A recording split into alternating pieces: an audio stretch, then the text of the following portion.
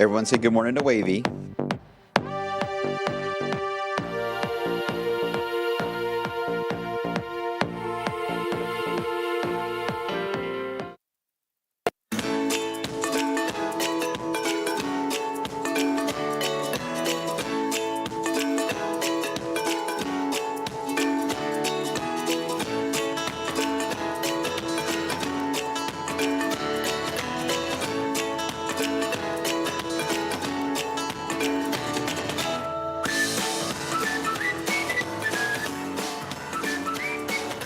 Good morning, everyone. 47 minutes after the hour. Happy Thursday to you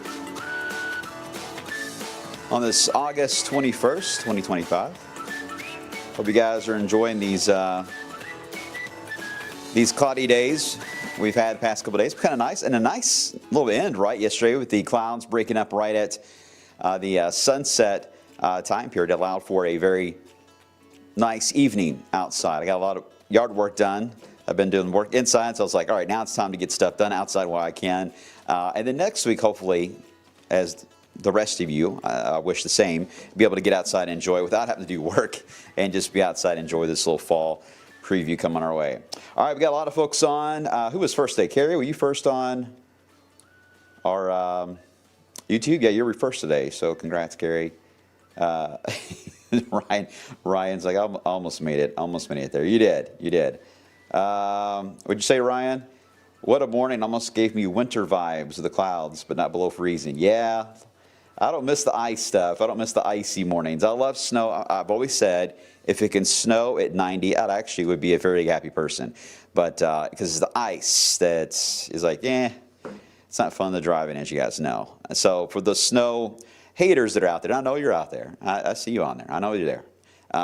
That's one of your bigger complaints. And I agree with you. Driving on snow is not fun. It's very high anxiety. I have very high anxiety in general. I'm a huge introvert. Anyway, stress takes over my body. So whenever I get to a situation where I got to get to being out on the roads and icy roads, it's not so much a worry about me. I worry about everyone else and how they're driving. Because even on a dry day, let's be honest, driving on the Watershed and the Snyder, I-65, it gets a little weird sometimes. But, you got to take care of yourself, right? So anyway, I'm going on another tangent. But I do think that snowy days are great, but icy days, yeah, those are not fun. But we'll get to that in the coming days, right? Good morning to Sean. Good morning, Angela. It was nice to see you again, as always. Adam, it was Carrie that was first today on Facebook. Excuse me. Let's see. What was that? Arbor snow can't deal with the cold. I'm not sure what you're trying to say, but I think you mean like you don't mind the snow, you just can't deal with the cold. Excuse me. My voice is still trying to fight back here. What'd you say there? Albert, snow doesn't bother me. I grew up in upstate New York. Oh, well, upstate New York, I mean, come on. My professor was from Buffalo, and that taught me at WKU, and he would just laugh at us. He would just laugh. And that was down in Bowling Green, Kentucky, because you imagine how quick things shut down there with snow. First day of classes, by the way, I had at Western was 10 inches of snow fell, and school was closed on the first day.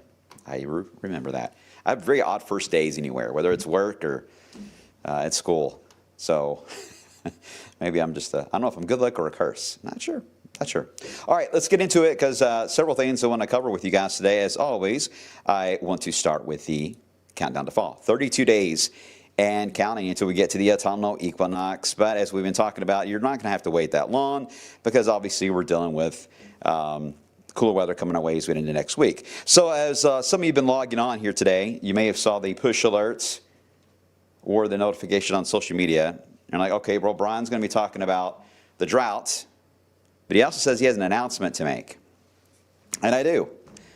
And, weather people are fairly dramatic, so I thought I would jump in the boat. But here is my announcement coming up next week, Thursday, the 28th of August. The fall outlook will finally get issued. I've almost got it complete. Still working on the finer details, but it is on its way right here on the blog. Hopefully, no delays that morning. I'll keep you updated. But that's when the fall outlook will get us all the way. We'll take you all the way past Thanksgiving with that outlook, and then obviously the winter one will come out for Halloween this year. I haven't started work on that yet. I bet you thought the announcement was like I'm leaving or something, right? Because that's where your minds go. I know how you all are. But yes, finally getting it worked on. So there you go. Olivia, it'll be a birthday present for you. All right, cloudy skies overhead, overcast, in fact, across wave country. And just like we saw yesterday, these clouds are going to be stubborn, and they are indirectly responding to Hurricane Aaron off the East Coast. Again, the flow is coming in from the northeast, and that is allowing for a cooler layer and a moisture layer. It's getting trapped at about a mile or so up above our heads, and that is allowing for these clouds to develop very much a fall, almost winter-like setup with this. But the heating of the day, the rise in motion of the ground can counteract this and allow it to break up and become more on the sunnier side. And I know some of you do not have this cloud canopy. We'll look at the satellite in a second. But it will nearly do the same thing as last night. It will begin to break up later into the afternoon and into the evening. So we don't know exactly how warm we're going to get today because we don't know when that breaking up the clouds will happen. Yesterday it was enough to get us to 81 because for a while there we were trending to stay in the 70s for highs here in Louisville, which would have meant our coolest days in 72 days back in early June in the spring season. Excuse me. But we ended up pushing to 81 at the last minute, of course. So we'll see what happens here today. What'd you say, Carrie? You do always say you need to retire, but you're a young fella. I do need to retire. I do need to retire. Whether people retire early, did you not know the stress of forecasting takes off like 20 years off our bodies? So I'm sure you guys have noticed. I mean, I started here and I had jet black hair. I did. I didn't have all wrinkles everywhere. I know it's called aging. It happens. I get it. But sometimes it's just when you are on TV all the time, boy, you see the evolution when someone sends you a photo from back in the day. And you're like, oh my gosh, what happened to me? But anyway, yeah, it ages you fast. I'd like a president. I think presidents age, I don't know why, but presidents age really fast. Have you noticed that? And I do think that meteorologists do too. But okay, anyway, I digress again. Rainfall departure. I wanted to show you this because this is one of the newer announcements too today. As we're tracking, just for the month of August, we've obviously had more dry time than we had all summer, really all year. And now that's starting to show up. And as we've talked about before, that you can get a lot of rain in the spring and summer, but it will not matter. You erase it all if you end up with a very dry stretch and hot weather too. As you get into the hotter months of the year, it will just counteract all that, and you can get into a drought quickly. And it's like, well, what was the point of all that? Well, the point of all that in the spring and summer is that hopefully it got the crops off to a good start to where hopefully this is not a huge impact because now we're almost to harvest time and getting out in the fields, cutting the hay. So hopefully the wet early start still benefited to a good harvest. But you farmers out there, let me know because I am not one, but I hear from you all. So I'm kind of taking into account what you guys always say. But anyway, running about an inch or so below normal here into Louisville officially. But it's just been a really dry, short period. And the outlook looking ahead all the way through after Labor Day, some of you may not get measurable rain. And I'm going to say, I mean, measurable technically is 1/100 of an inch, but I'm going to say 1/4 of an inch of rain. I mean, I don't really see you guys getting a 1/4 inch of rain until after Labor Day, and it could even be the second week of September before you do. So this is going to be a long stretch here of dry weather for a lot of you that are watching. So when you see this map here, the drought index that just came out, this is what we feared would happen. There would be an expansion, right, because the ground was sampled. I'm glad they didn't include Louisville in that or Indiana because you guys obviously had some decent rain the other night, so the day of the sampling. So I'm glad you were technically left out. But our southern counties, we talked about Greene, Taylor, and Marion, Adair, even Washington. You guys are getting into that zone where you are starting to get into a very dry scenario. I'm starting to lose my voice. There's like nothing there. It's weird. It's like my voice is just shutting down on me. So I apologize. Anyway, the drought, again, expanding across central areas of Kentucky there. And will this keep going? Yeah, I think the next update, should have what we call D0 level, which is abnormally dry. I know it's hard to read the legend there, but that's the yellow, the lowest of the scale. And the next step up is a moderate, and that moderate does include part of Marion and Eastern Adair, the little shade of peach color, if you will. That is going to be likely to expand as well. I don't think it's going to be a rapid expansion because when they do the drought monitor, they're already aware that it's the driest time of the year. So dry weather is to sort of be expected. If this was happening in April or May, it would be a little more rapid on its expansion there. But I think it'll be relatively slow. But Kentucky, I think, is going to be the ones that will unfortunately face this more than Indiana will. Okay, don't want to get too in the weeds on that. Just want to give you guys an update because today was drought update day. Okay, so the cloud cover. Okay, so there it is again, dropping in from the northeast, same as yesterday. The only difference is we had this little patch here. We had some clearing this morning. But you can already tell, oh boy, it's filling in. Bardstown, you guys in E-Town, you got a little bit of sun now. Soak it up. Put those solar lights out. Let them get some sun. Because the clouds are going to take over for a while. And there still could be a sprinkle or two out of some of this. But the depth of the clouds, not overly thick or deep. So it's going to be really tough to get anything more than a raindrop out of that. But it's possible. So we'll keep the small rain chance in just for that idea. Otherwise, again, the clouds will hold for a good chunk of the daylight portion of the day. Later on today, this will all begin to break up once more. And we'll have a nice sunset.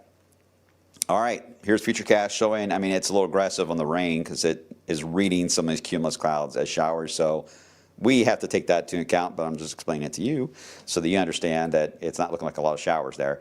You see how it falls apart? Now, tomorrow's a little different. We got some fog in the morning, but tomorrow we're back to reality here. Isn't that a song? Back to reality? Anyway, we're going to get back to reality tomorrow, partly sunny. I wouldn't say humid at all, really. I think it'll just feel like summer, right? Typical summer type of day.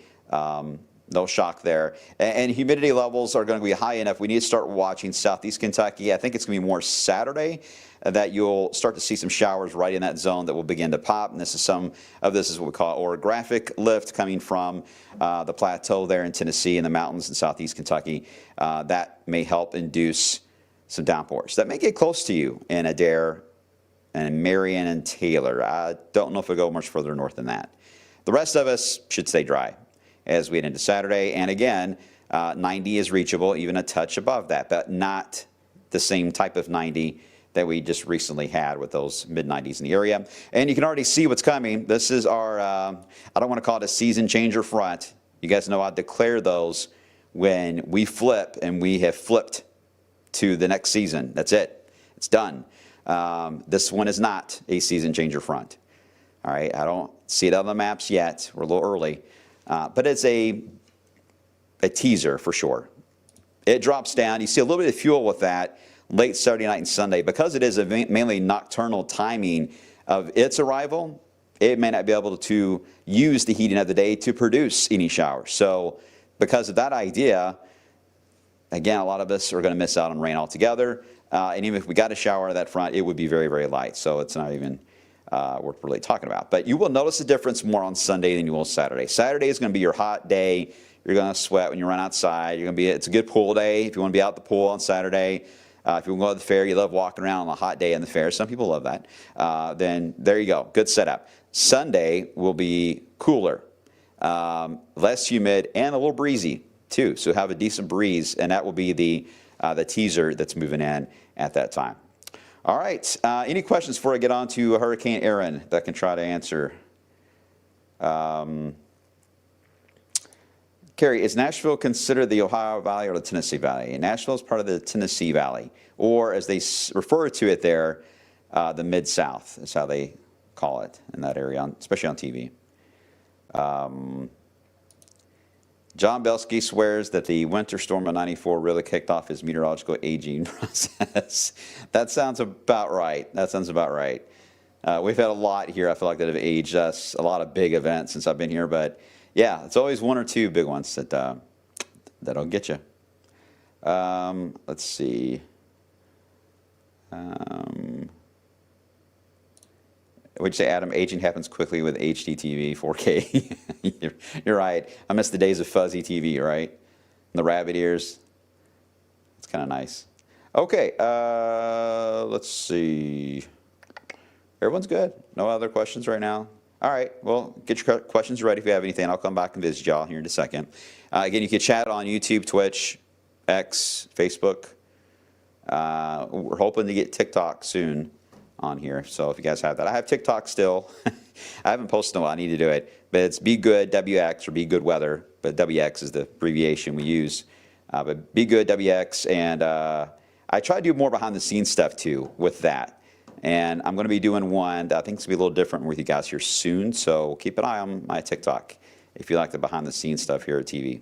All right, let's get into Aaron, all right? Obviously still a hurricane, and one of 3 systems that we continue to watch. Aaron's up here at the top. Here is what will likely be Fernan as we head into probably next week. And Fernan is going to likely turn the way it's trending now, so that's good. Don't see it being a similar path to Aaron. It may just go, it may cross its previous path briefly and then turn. And then I'm not sure what this one's going to do yet, but so far, nothing as alarming from the United States. We've had hints of development in the Gulf, in the Yucatan at times, especially the GFS model, hints at it. Then it takes it away. I will say that the GFS actually does a pretty good job.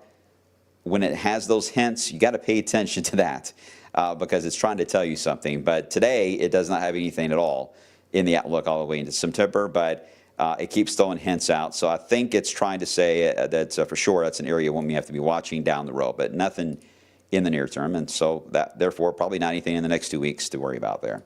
All right, let's get right into Aaron.